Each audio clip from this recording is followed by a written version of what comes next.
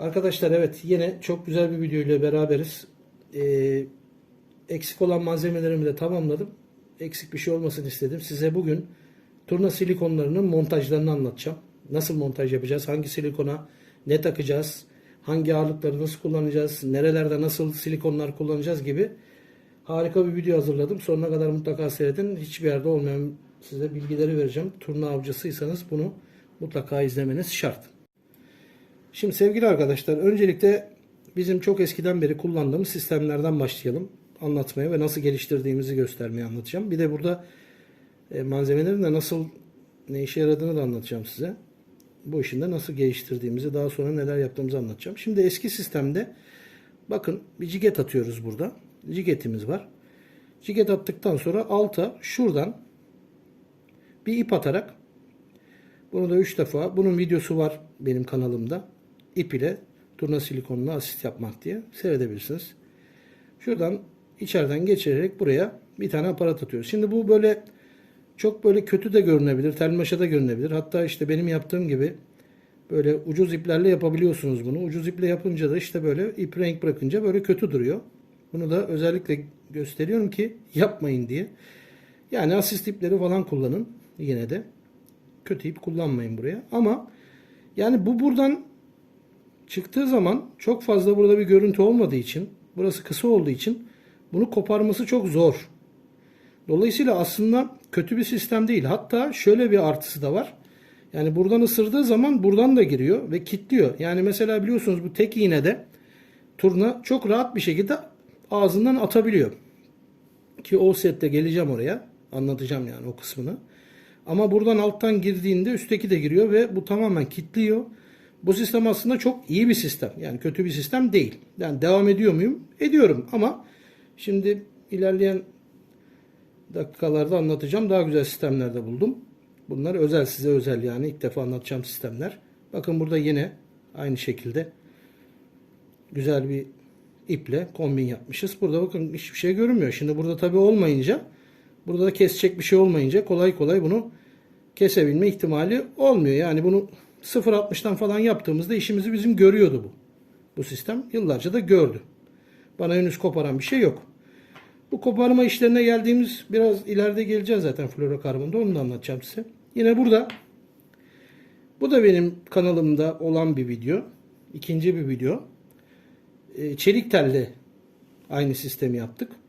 Bunun da videosunu seyredebilirsiniz. Hani ben ya keser, koparır falan korkuyorum derseniz bunu çelik telle de bu sistemi yapabiliyorsunuz. Yani gördüğünüz gibi çelik telle de burada bir görüntü yok. Aynı şekilde yapabilirsiniz. Şimdi bir de yeni geliştirdiğimiz bir sistemi anlatayım size. Bakın. Bu da normal bizim alttan iple yani burada 0.57 kullanıyorum. 0.62 kullanıyorum arkadaşlar. Bildiğimiz asist tipi. Tabi asist tipleri biliyorsunuz bu kesilmeye karşı dayanıklı ipler. Özellikle de böyle renkler kullanıyorum. Kırmızı renkler kullanıyorum ki yani kan akıyormuş görüntüsü vermek için. Bakın burada mesela özellikle şu çivilerden birazdan anlatacağım şu çivileri. Bu sabitleme çivileri çok önemli arkadaşlar. Bunları çok yararlı aletler yani kullanabilirsiniz. Kullanmasanız da yani şurada ip sarkmalar yapar falan ama bu şekilde bakın hiç sarkma falan yapmıyor. Burada dikkat ederseniz çok özel bir şey buldum. Bakın buradan geliyorum. Şuraya bir kesik atıyorum. Bir testereyle, kıl testereyle. Kesik atıp şuradan geçiriyorum. Bakın ne kadar güzel oluyor. Buna vurduğu zaman arkadaşlar bu teli de çıkarıyor. Burası serbest kalıyor. Böylelikle silikona da bir zarar vermiyor arkadaşlar. Mükemmel bir sistem. Bu yeni geliştirdiğim bir sistem. Bakın burada da aynı şekilde. Şimdi bunu da zaman zaman anlatıyordum. Bu da bizim çelik tel ve Kevlar karışık. Bu özel bir malzeme. Bana Fransa'dan gelmişti. Göstereceğim şimdi onu da. Aynı şekilde bakın burada da sabitleme çivisi yine kullanmışım. Bakın burada da yarmışım. Şimdi arkadaşlar bu hem böyle jiget yani hem istiyoruz ki kitlesin, kaçmasın balık. Hem jiget iğneli jiget olup hem de buradan alttan halkalı. Bir tek Savagger'da var. Onun da istediğimiz böyle büyüklükleri yok. Tamam mı? Şimdi bu projeyi geliştirdik. Yani jiget yapan bir arkadaşımıza söyledik. Sürpriz kendine yaparsa söylerim anlatırım. Bir firmaya da yapabilir bunu. Onun üzerinden de çıkabilir. Kaptan balıkın üzerinden de çıkabilir. Bu projeyi ben fikrini verdim. Buradan artık şimdi bizim 7 gramımız 10 gramımız buradan halkalı olacak. Ve çok rahat bir şekilde bunu buraya takabileceğiz. Buradan da vurduğu zaman çıkacak ve serbest kalacak. Şimdi biraz önce şu sistemlere yani asit tipini örnek olarak size gösterdim. Bakın bu 0.57 bir asit tipi. 62 de yapabilirsiniz. Bakın asit tipi de şu kırmızı olan şu. Kaptanın asit tipini kullanıyorum. Bu 62'si mesela. Harika. Hiçbir şekilde kesemiyor kolay kolay. Bu Kevlar 0.70. Uzak Doğu'dan aldım bunu. Herhangi bir yerden Kevlar alabilirsiniz. Türkiye'de zaten sıkıntı Kevlar yok. 0.70 bir Kevlar. Uzak Doğu'dan getirdim. Maalesef Türkiye'de yok arkadaşlar. Bu çelik telle yapabilirsiniz dediğim yine özel bir çelik tel bu da. Yani Dam'ın çok eskiden bende olan ürünler. Şu biraz önce söylediğim hani iple yani Kevlar'la çelik tel karışımı. Bu da Canel'in Fransız bir marka. Çok eski bunlar tabii artık yani biliyorsunuz titanyum da var. Titanyum teller de var. Yani titanyum teller de getirirseniz yurt dışından onları da kullanabilirsiniz arkadaşlar. Şimdi yani dediğim gibi benim eski sistemlerim ve yeni geliştirdiğim sistem. Dediğim gibi buna şimdilik idareten benim yaptığım gibi yapabilirsiniz buraları. Kesip bu şekilde monte edebilirsiniz. Şu sabitleme çivilerini Uzak Doğu'dan falan bir yerden getirebilirsiniz. En küçüğünü alacaksınız. En küçüğünü ve büyük kullanıyorsanız da bunun bir büyüğünü alacaksınız. Ben genelde küçük kullandığım için çok fazla büyük kullanmıyorum ama şimdi büyükleri de anlatacağım sana. Yani Big Pie kısmını da anlatacağım. Şunlardan da edinebilirsiniz arkadaşlar. Şimdi gelelim biraz işi büyütelim. Büyük balıkların yani büyük silikonların ve büyük balık hedeflediğinizde yapabileceğiniz sistemleri. Şimdi görüyorsunuz burada yine büyük bir silikon var. Şimdi burada ilk başta ne kullanmışım? Ultraviyole floro iğneler kullanmışım. Şimdi bunlar genelde derinde avcılık için kullandığı için zaten bu derine gidecek bir silikon. Sonuçta büyük ve kendi de ağır zaten. Bu tip iğneler kullanabilirsiniz. Çok faydalı. Yani floro iğneler. BKK'nın falan var Türkiye'de. Oradan yani büyüklerini bulamazsınız. Büyüklerini dışarıdan getirmeniz lazım. Ama düşük ışıkta bu iğneler inanılmaz iyi. Bakın burada bir üçlü zincir sistemi var. Şunlar. Bu 44 mm arkadaşlar. Türkiye'de maalesef yok. Yurt dışından getirebilirsiniz. Bu da bir sinker ağırlık. Bu ağırlıkla bunun daha çabuk batmasını, dengede durmasını.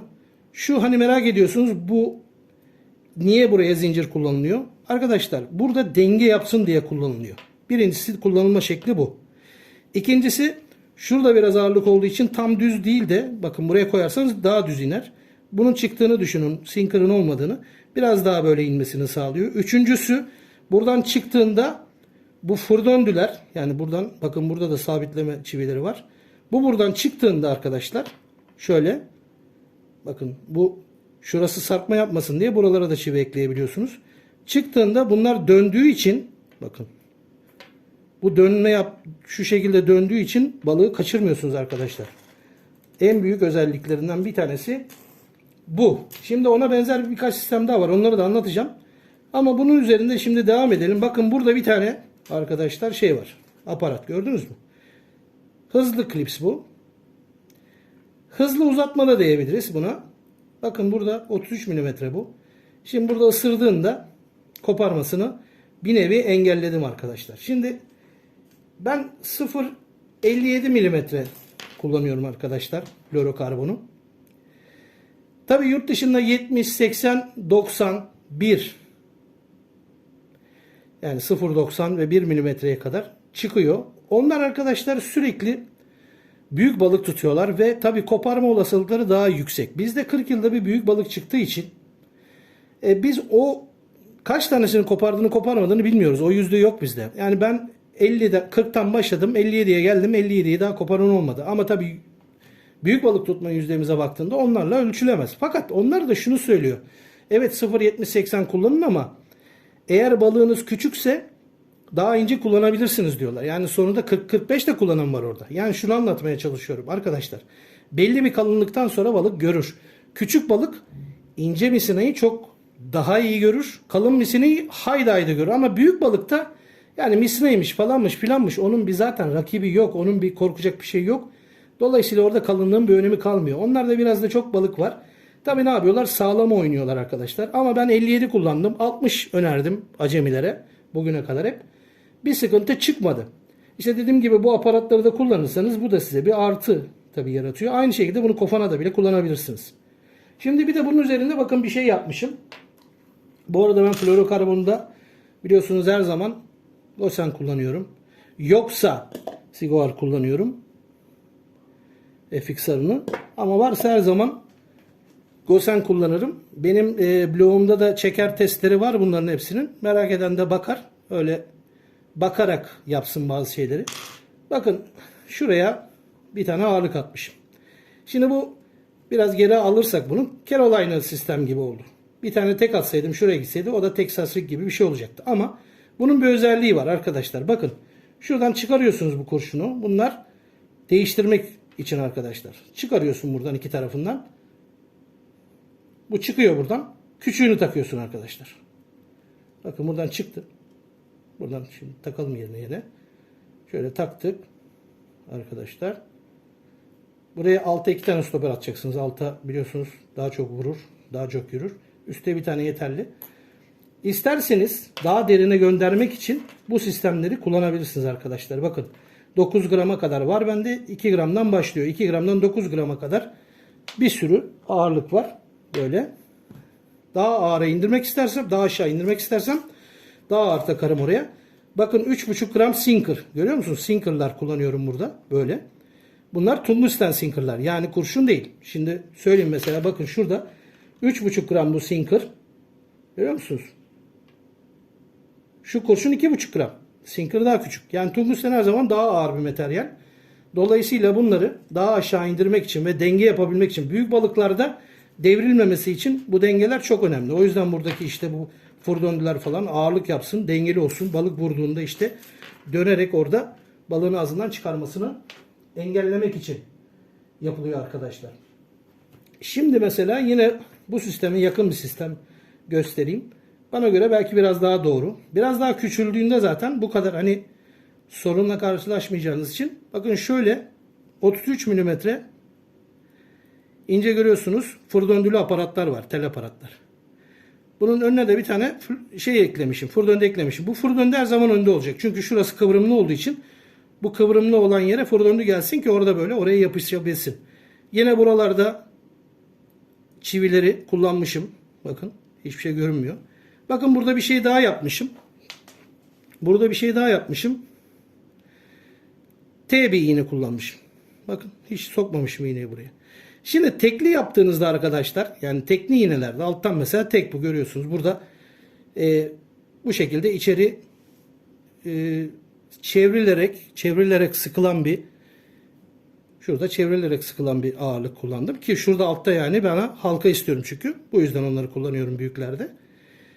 Bu ne yaptık? Buradan bakın bu şekilde attık. Buradan çevirdik, taktık.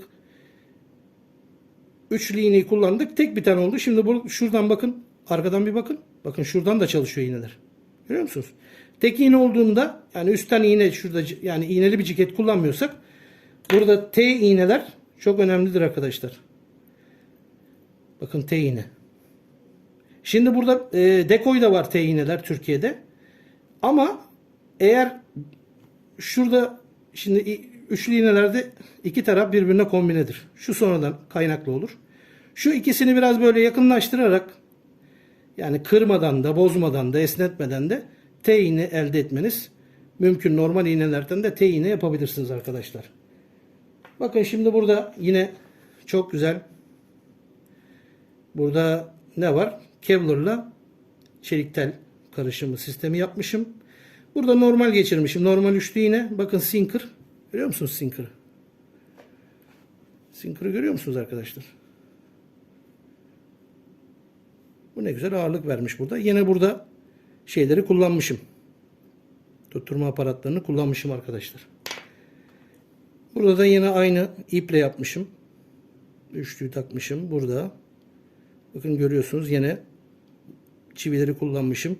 Ki bu sarkmalar olmasın, ne yapıyor? Kan akıyormuş gibi görünüyor aşağıdan. Bakın şimdi sevgili arkadaşlar, buraya kadar büyük turnanın, büyük silikonların nasıl aparatlar takıldığını, nasıl ağırlıklar takıldığını gördük. Şimdi bir de biraz özel bir yere girelim. Yani kimsenin size anlatmayacağı bir yere gireyim. Şimdi biliyorsunuz turna avı zor bir av. Bu turnada özellikle bu otların içerisinde, nilüferlerin altında yatmayı seviyor. Fakat biz onu oradan çoğunlukla çıkaramayız. Çıkaramıyoruz. Ve yıllardır da bunun üzerine uğraşıyorum ben. Hani bir yıl falan değil, yani en az bir 10 yıldır nasıl yaparım, nasıl ederim, her şeyi denedim. Şimdi sevgili Engin İşten Yılmaz bana söylemişti. Ben o konuya gireceğim zaten dedim ona. Ya arkadaşlar bakın, offset kullanıyoruz. Evet bak. Ne kadar büyük, görüyor musunuz? Ne kadar geniş. Bakın. Şuraya bakın. Ne kadar geniş. Bunu bile atıyor arkadaşlar. Burada altta biliyorsunuz bu ağırlık olduğu için denge şu şekilde. Ama yani buradan geldiği zaman şuna ot gelebiliyor yine. Ot alabiliyor. Ama bunu tek iğneyi bir şekilde bu hayvan ağzından atıyor arkadaşlar. Maalesef böyle bir sıkıntımız var yani. Şimdi ama yine de kullanıyor muyuz? Kullanıyoruz. Şimdi benim kendi bulduğum yine sistemlerden bir tanesini göstereyim size. Bakın şurada offset'te de şu tip mesela 6 ağırlıklı. Bu da daha da dengeli. İlla yani bunu şey gibi düşün. Yani illa ağırlık burada olduğu için bu şekilde yine alta geliyor. Bu daha da dengeli bir sistem. Bunlardan da büyüklerini bulursanız kullanabilirsiniz. Yani bundan daha da güzel olur o. Ama şimdi şöyle de bir şey var. Şimdi bunu kullanma sebebim tam otun üstünde gelmiyor. Ben bunu nilüferin üzerinden getiriyorum. Bu biraz ağırlıklı olduğu için gelmeyebilir. Ama dikkat ederseniz bakın ortada ağırlık hep. Onun nedenini şimdi birazdan anlatacağım size. Şöyle hatta bu taraftan başlayayım, öyle anlatayım daha doğru olur. Bakın şimdi bir tane ciketiniz var. Şurada da bakın ikinci cikette görüyor musunuz? Şurada ikinci cikette şu ağırlık aslında şurada. Ben buradan bunu kesiyorum. Bunu şuraya alıyorum. Şuraya alıyorum. Şu topuzu da buradan temizliyorum arkadaşlar. Bu yüzden bunu getirdim koydum ki bunu görün. Ve şöyle bir şey yapıyorum. Şimdi burada aslında ağırlık var şurada.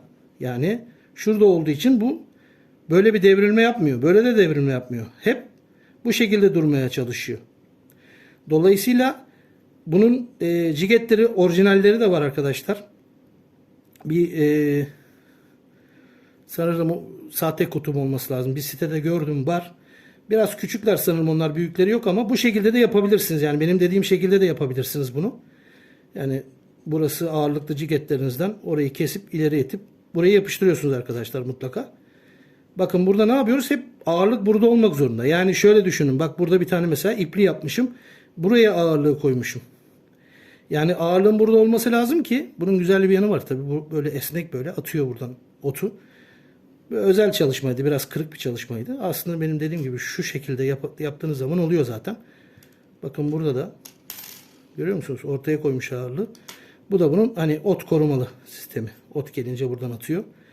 Bunlarda da arkadaşlar maalesef büyük iğneler yok. Arıyorum bulamıyorum. Yani bunlar mantıklı sistemler. Hani bunların bir mantığı var. Yani neden mantığı var? Şimdi bu sistem şu düştüğü zaman buna yere otun üzerine buradan ağırlık almaması lazım. Şöyle olmaması lazım yani. O zaman hep kafayı iter. Şuralarda olacak ki ağırlığı, buralarda olacak ki şöyle düz gelsin, üstünden çıksın. Yani kafa yukarıda kalsın. Sen bunu çektiğinde arka aşağı düşsün ki yani o otun üzerinden gelsin. Bu çok önemli bir şey. İşte açık iğne kullanmaya çalışıyorum. Açık iğne kullanma, bu sistemi açık iğne de yapmaya çalışıyorum. Ama işte yapabildiğimiz kadar. Açık iğnede de biliyorsunuz bir yerden devrildi, hani hafiften böyle yamulduğu zaman bir yerden bir parça bir şey alabiliyor. Ama offset'te tabii daha zor alıyor. Ama bunda da işte kolay çıkıyor. Ötekinde bakın bu kadar şey olduğu gibi girdiği zaman daha zor çıkıyor. Dolayısıyla sistemler bunlar arkadaşlar. Hepinize teşekkür ediyorum. Kendinize iyi bakın.